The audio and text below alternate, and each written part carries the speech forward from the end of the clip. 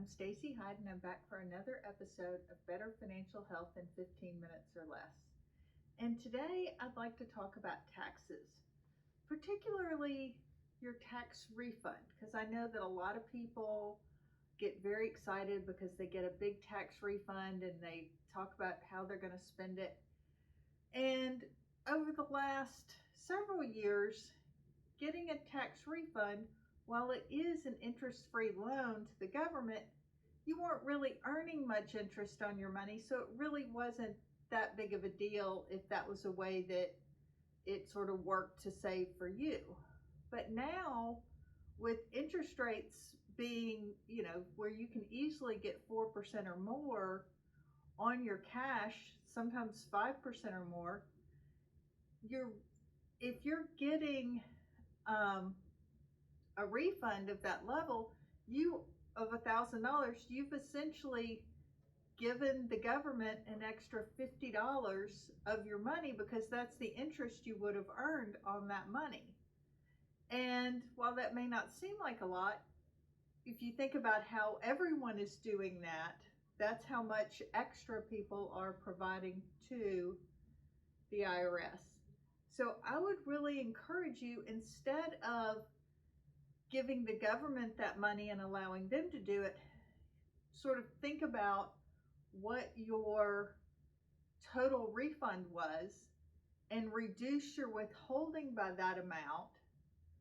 And it may cause you to have to go play with the calculator on the new W-4, because it's not nearly as simple as it used to be to figure out what your withholding should be.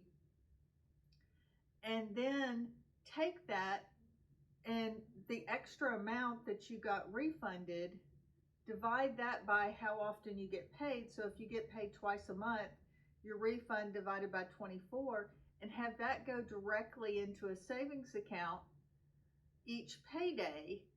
And then you're going to earn the interest on that money over the course of the year, and you'll still be able to do the things that you want to do with that refund, but you will also have the interest you earned on that money.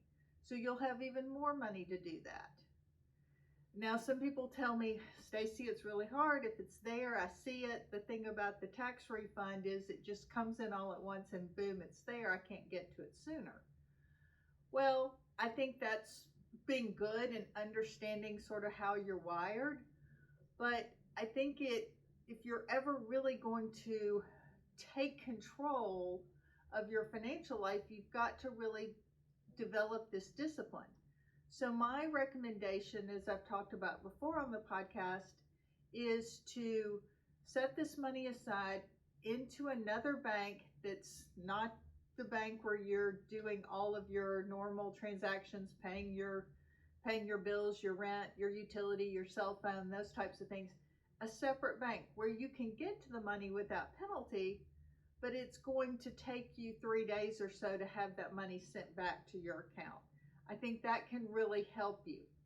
So let's talk about, it's too late to fix last year. So you're getting a refund. You know you're going to get a refund. What are the best things to do with that refund? Well, my first thing would be, if you don't have at least $1,000 in a savings account, start there, because that's going to give you that emergency fund that really will help you weather the storm of my tire blew out or I got a nail, and instead of it being where they could just plug it and it was only $40, it was in the sidewall, I had to have a new tire. So those types of things can get expensive and sort of blow your budget up, or medical bills and you haven't met your deductible, things of that nature. So you want to get that $1,000 in a savings account right away, and then look to see what you're committed to already. So if you know you're going to take a trip, well, you can use that money so that you don't blow up your credit cards with that. If you have already determined that we're really going to try to stay on top of our bills this summer, so we're not going to take a big vacation, well, paying off those credit cards, especially as interest rates have really gone up over the last year, paying down on those credit cards will really, really help you and allow your debt snowball to work more effectively. Because if you've been paying an extra $50 or $100 a month trying to get those gone, depending on your balance, you could still be going backwards because the interest is so high on those.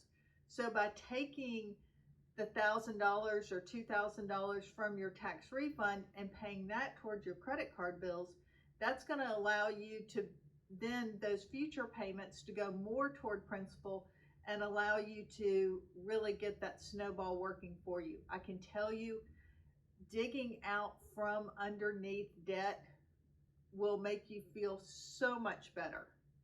And I cannot stress that enough. So what if you're somebody who doesn't have any debt, you've already got your emergency fund? What I would encourage you to do would be to take it and put some money aside for sort of things that you think you're going to spend money on.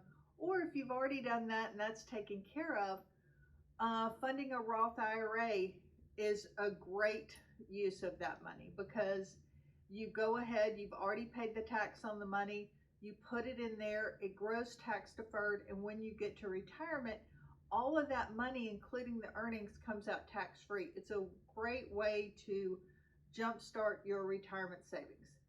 So all of those things can really help you.